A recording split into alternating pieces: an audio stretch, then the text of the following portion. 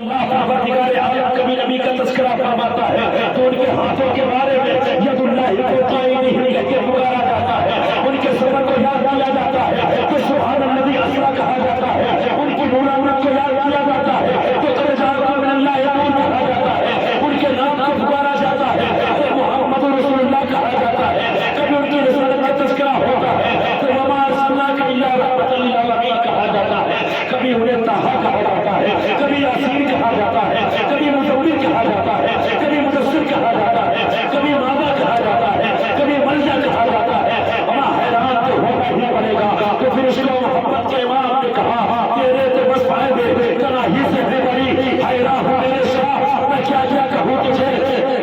حیران ہوں میرے شاہ میں کیا کیا کہوں تجھے، کہنے کی سب کچھ چھوڑ کے سناخا کی خاموشی چپ ہو رہا ہے، کیا کیا کہوں تجھے لیکن رضا نے خلق سخن سے کر دیا خالق کا بندہ خلق کا آقا۔ نعرہ تکبیر، اللہ اکبر، نعرہ رسالت، یا رسول اللہ، شان وجہ تخلیق کائنات، عظمت وجہ تخلیق کائنات، نعرہ تکبیر، نعرہ رسالت۔ عزیزو نبی کی نعت پڑھا کرو، لیکن اے نبی کی نعت کی محفلوں میں آنے والوں آپ سنو آج ہمارا رویہ کیا ہے۔ آج نبی کی نعت کی محفل میں بیٹھ کر کے جس طریقے سے ہم بے حرمتیاں کرتے ہیں، جس طریقے سے بے حیائیوں کا مظاہرہ کرتے ہیں، نبی کی نعت کی محفل ہے، مصطفیٰ کی محفل ہے، مصطفیٰ کی بارگاہ کا ادب سکھاتے ہوئے رب ذوالجلال نے ارشاد فرمایا یا ایھا الذین آمنوا لا ترفعوا اصواتکم فوق صوت النبی، اے ایمان والو اپنی آواز کو نبی کی آواز سے اونچی مت کرو، لیکن اے وحی کے خجور مسلمانوں تم بھی سمجھو اپنے بچوں کو سمجھاؤ، اس لیے کہ یہ نبی کی نعت کی محفل ہے۔ اس نعت کی محفل میں فیضان اس وقت ملے گا جب ہم ادب کریں گے، اگر ادب کا دامن پھیلائیں گے اللہ رب الجلال کی رحمتوں کا نزول ہوگا۔ عزیزان گرامی وقار آپ سے میں کہنا یہ چاہتا ہوں آج حرام خوری ہم کرتے ہیں، زنا ہم کرتے ہیں، حرام کمائی ہم کماتے ہیں، دولت کا مال ناجائز طریقے سے ہم لگاتے ہیں، غریبوں کا خون ہم نچوڑتے ہیں، بھائی کی جائیداد پر قبضہ ہم کرتے ہیں، لیکن عزیزو یاد رکھنا یہ زمانے کے لوگ تمہیں ستانا چاہتے ہیں، زمانے کے لوگ تمہیں اسلام میں لگانا چاہتے ہیں اور اسلام میں لگا کر کے تمہیں تباہ و برباد کر دینا چاہتے ہیں، لیکن کہنا کیا چاہتا ہوں آج مسلمان نے نہیں سمجھا ہے، مسلمان نے دین کی عظمت کو نہیں سمجھا ہے، یہاں تک کہ کافر دین کی عظمت کو سمجھ کر کے کامیابیوں کے راہ کے مسافر بن گئے۔ اگر نہیں سمجھا تو یہ مسلمان طبقہ نہیں سمجھا، دین کو اگر نہیں سمجھا تو آج کی یہ قوم نہیں سمجھی۔ اگزامپل مثال کے طور پر آپ دیکھیں یہ شادی بیاہ کی جو لگن نکلی ہے نا،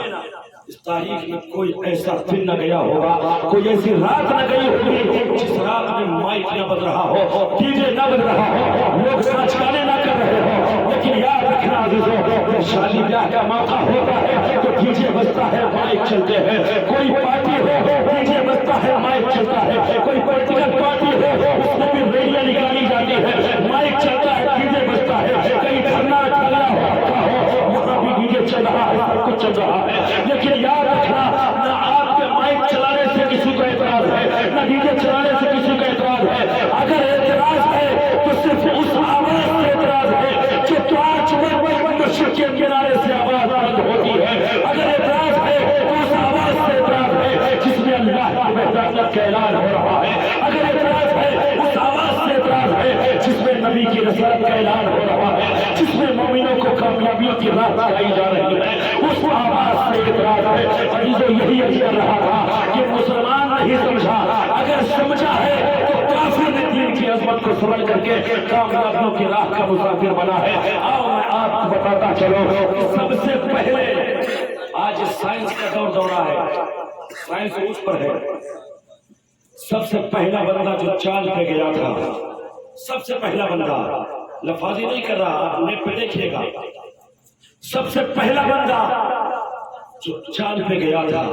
اس کا نام ہے نیل آرمسٹرانگ۔ وہ بندہ جب چاند پہ جاتا ہے، چاند پہ جانے کے بعد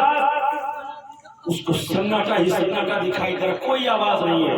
کوئی شور و غل نہیں ہے، کوئی چیخ پکار نہیں ہے۔ وہ جب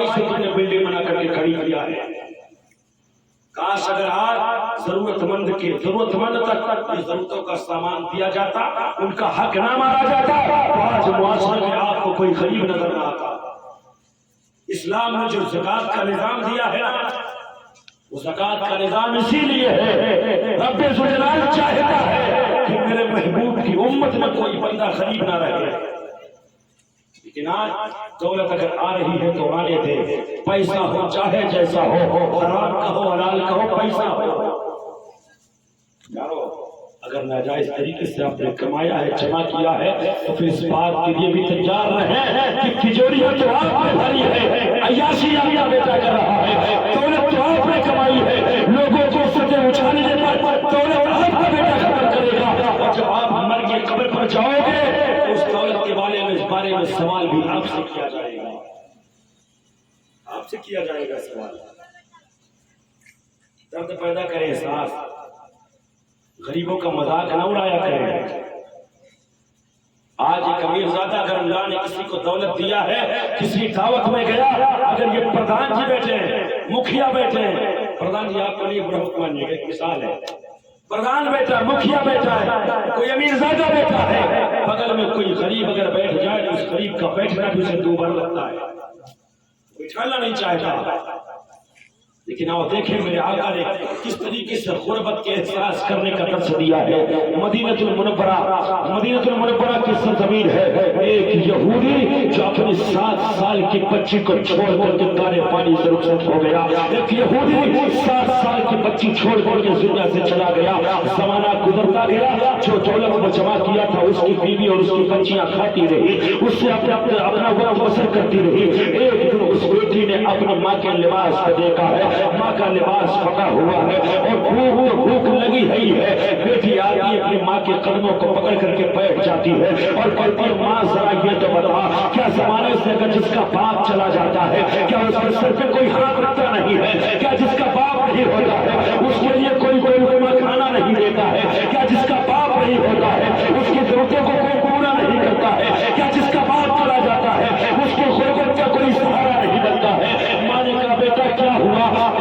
میں دیکھ رہی ہوں تیرے بدن میں جو لباس ہے وہ بھی پھٹا ہوا ہے, میں کئی دنوں سے دیکھ رہی ہوں, اور آج 2-3 دن سے ہم فاتح پہ فاتح کر رہے ہیں, کوئی ایک کھانا دینے کی تیار نہیں ہے. تب ماں نے کہا تھا, بیٹا ایک کٹورا لے لے اور چلی جا اپنے باپ کے دروازے پہ, چلی جا اپنے دادا کے دروازے پہ, چلی جا اپنے چچا کے دروازے پہ, چلی جا اپنے خاندان والوں کے ہاں, کم سے کم ایک وقت کا کھانا تو مل جائے گا. وہ بیٹی کٹورا لے کر کے بھیک مانگتے ہوئے جب دادا کی چوکھوں پہ گئی ہے, دستک دیا ہے, دادا نے دیکھا ہے کہ میری پوتی آئی ہے, پوچھا کیا وجہ ہے؟ کہا مجھے بھوک لگی ہے, ایک وقت کا کھانا دے دے. اللہ اکبر, دادا نے دروازہ بند کیا ہے, دھکے مار کے اپنی پوتی کو باہر کیا ہے, چچا نے دھکے مار کے نکالا ہے, پھوپھی نے دھکے مار کے نکالا ہے, خاندان والوں نے ایک وقت کا کھانا نہیں دیا ہے. وہ مایوس ہو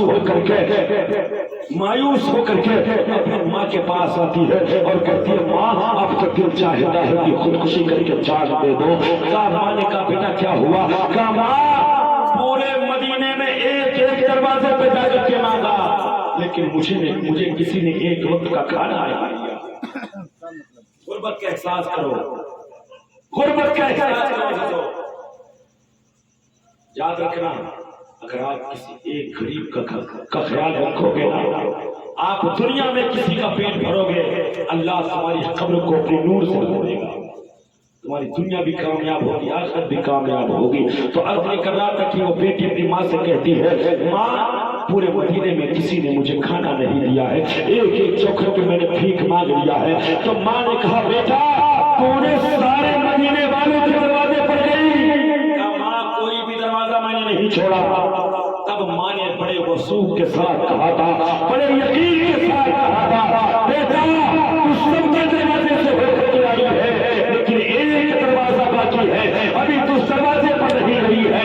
بیٹی نے کہا, کون سا دروازہ ہے؟ تو ماں نے کہا, بیٹا وہ دروازہ کسی اور کا نہیں, وہ دروازہ مسلمانوں کے پیغمبر محمد بن عبداللہ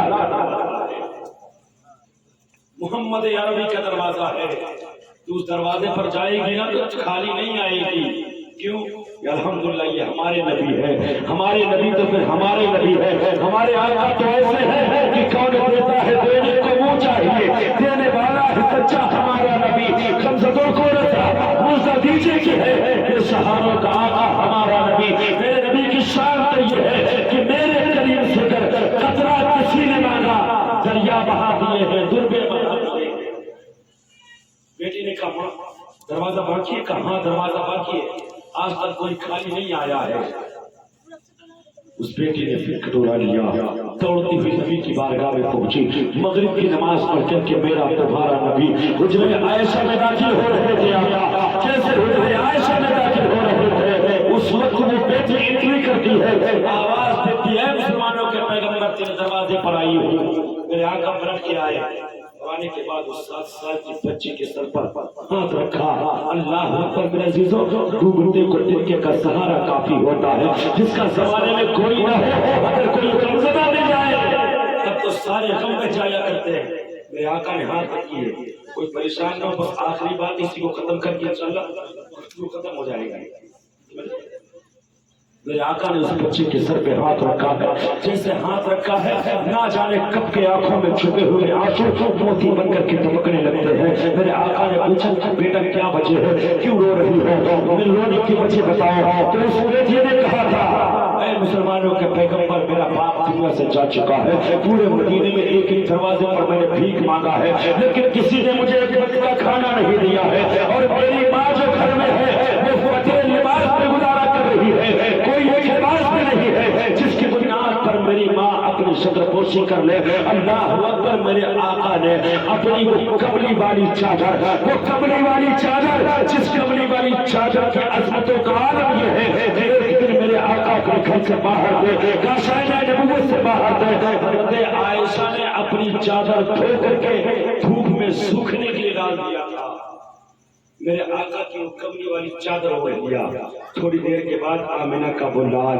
جگر گوشے عبداللہ، جناب محمد رسول اللہ، ہمارے تمہارے نبی جب اندر تشریف لاتے ہیں، حضرت عائشہ عرض کرتی یا رسول اللہ اتنی موسلادھار بارش ہو رہی ہے اور آپ کے بدن میں تو ایک پانی کا قطرہ بھی موجود نہیں ہے۔ تب میرے آقا نے کہا عائشہ بارش کہاں ہو رہی ہے؟ حضرت عائشہ نے کہا یا رسول اللہ بارش تو بہت تیز ہو رہی ہے۔ میرے آقا نے پوچھا عائشہ ذرا بتا تو صحیح تو نے اوڑھ کیا رکھا ہے؟ تب حضرت عائشہ نے کہا تھا یا رسول اللہ میری چادر گیلی تھی، میں نے سر ڈھکنے کے لیے آپ کی چادر کا استعمال کیا ہے، آپ کی کملی والی چادر کون ہوتا ہے؟ میرے آقا نے فرمایا ہے عائشہ میری چادر ہٹاؤ پھر بتاؤ بارش کا موسم کیسا ہے۔ جب چادر ہٹائی حضرت عائشہ نے، حضرت عائشہ کہتی یا رسول اللہ یہ کیا ہے؟ ابھی تو بارش ہو رہی تھی، بارش ہی نہیں۔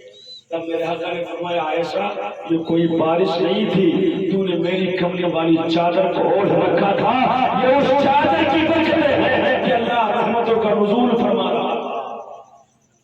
وہ نورانی چادر میرے آقا نے لیا، لینے کے بعد بچے کی گردن میں ڈال دیا اور ڈالنے کے بعد کھانا منگایا، کھانا منگا کر کے اس بچے کے حوالے کیا، سر پہ ہاتھ رکھا اور کہا بیٹا جا تو بھی کھا، اپنی ماں کو کھلا، اور یہ مت سوچنا کہ ایک مرتبہ دیا گیا ہے بلکہ جب جب آئے گی تب تب تیرے دامن کو بھرا جائے گا، یہاں سے کوئی خالی ہاتھ نہیں جاتا ہے، جب جب آئے گی تیرے دامن کو بھرا جائے گا۔ اس بچی نے کھانا لیا ہے، اپنے گھر کی طرف دوڑنا شروع کیا ہے، قدم گھر کی طرف جا رہے ہیں، نظر مصطفیٰ کی بارگاہ میں لگی ہوئی ہے۔ اللہ اکبر، وہ بچی جاتی ہے، ماں بھی مطمئن تھی کہ پورے مدینے سے تو واپس آئی تھی لیکن اب نبی کے دروازے سے خالی ہاتھ نہیں آئے گی۔ وہ بچی گئی اور کھانا ماں کے قدموں پہ رکھا ہے، چادر اپنی ماں کو دیا ہے، ماں چادر لینے سے انکار کیا، کہا بیٹا یہ مسلمانوں کے نبی پاک ہے، ان کی چادر پاک ہے، ہم مسلمان نہیں ہے، ہم ناپاک ہے، جب جب پاک نہیں ہو جاؤ گی تب تک چادر کا استعمال نہیں کرو گی۔ وہ ماں، وہ یہودی کی بیوی اپنے پڑوس میں مسلمان گھرانے میں جاتی ہے، خوش کرتی ہے، اور اسی مسلمان گھرانے میں کلمہ ترجمہ پڑھ کر کے اسلام میں داخلہ دیتی ہے۔ جب وہ مسلمان ہوتی ہے تب اللہ کے رسول کی چادر کو استعمال کرتی ہے۔ اللہ جو کتنے مقدر والی ہے وہ جزا دیا جن کو اللہ کے رسول نے اپنی چادر عطا فرمائی ہے۔ میرے عزیزوں، کہنے کا مقصد یہ ہے کہ آج سینے میں درد پیدا کرو، احساس پیدا کرو، دوسروں کے کام آؤ، غریبوں کے کام آؤ، بھوکوں کو کھانا کھلاؤ، ننگوں کو کپڑا پہناؤ، اپنے بچوں کو راہ راست کا مسافر بناؤ، اپنے بچوں کو علم دین کی راہ کا مسافر بناؤ، اپنے بچوں کے سینے میں عشق رسول پیدا کرو، اپنے بچوں کو عاشق رسول بناؤ، اپنے بچوں کو ناموس رسالت کا سپاہی بناؤ۔ جس دن تمہارے بچوں کے سینے میں نبی کا عشق ہوگا اس دن زمانے میں انقلاب نظر آئے گا، اور جب انقلاب نظر آئے گا زمانہ پوچھے گا یہ انقلاب کیسے آیا ہے، تو پھر اس دنیا کا بچہ بچہ، آپ کی قوم کا بچہ بچہ صرف ایک آواز دیتا نظر آئے گا کہ کی محمد سے وفا ٹوٹے تو ہم تیرے ہیں، یہ جہاں چیز ہے کیا نہ ہو۔ بچوں کے سینے میں نبی کا عشق پیدا کریں۔ آج یہ بچے حافظ قرآن بنتے ہیں، مدرسے میں بچے پڑھتے ہیں۔ میں نے ایک جگہ پڑھا کہ پہلے کے جو بزرگ ہوتے تھے نا اس سے پہلے قرآن نہیں پڑھاتے تھے، بچوں کو پہلے قرآن نہیں پڑھاتے تھے، اب پہلے اپنے بچوں کو ایمان پڑھاتے تھے، ایمان سکھاتے تھے۔ جب بچوں کا ایمان مضبوط ہوتا تھا پھر وہ قرآن پڑھتے تھے تو پھر وہی ایمان قرآن پہ مضبوط ہوتا تھا، اور جب ایمان قرآن پہ مضبوط ہوتا ہے تب بچا کر کے قرآن کا فیضان ملا کرتا ہے، اور جب قرآن کا فیضان ملا کرتا ہے تو پھر وہی بچے اپنے وقت کا کوئی امام غزالی بنتا ہے، وہی بچہ اپنے وقت کا کوئی علامہ تفتازانی بنتا ہے، کوئی علامہ چابی بنتا ہے، کوئی کچھ بنتا ہے۔ اللہ اکبر، وہی وہ لوگ آج جب کے بارے میں ہم بیان کیا کرتے ہیں، آپ سنا کرتے ہیں، جن کے قصیدے ہم پڑھا کرتے ہیں، چلتے چلتے بس گزارش یہی ہے میرے عزیزوں کہ آج سے اپنے آپ کو اپنے اسلاف کی زندگی کو اپنا آئیڈیل بنا لو، انہیں نمونہ بنا لو، ان کی زندگی پر عمل کرتے ہوئے دنیا میں زندگی گزارو۔ جب دنیا سے جاؤ گے تو ایسے نہیں جاؤ گے بلکہ زمانے کو پیغام دیتے ہوئے جاؤ گے کہ لوگوں چراغ لے کے چلے، اندھیری رات سنی تھی چراغ لے کے چلے، اور تیرے غلاموں کا نقش قدم ہے راہ خدا، وہ کیا مہک سکے جو یہ سراغ لے کے چلے۔ وما توفیق الا باللہ، وآخر دعوانا ان الحمد للہ رب العالمین۔ السلام علیکم ورحمۃ اللہ وبرکاتہ۔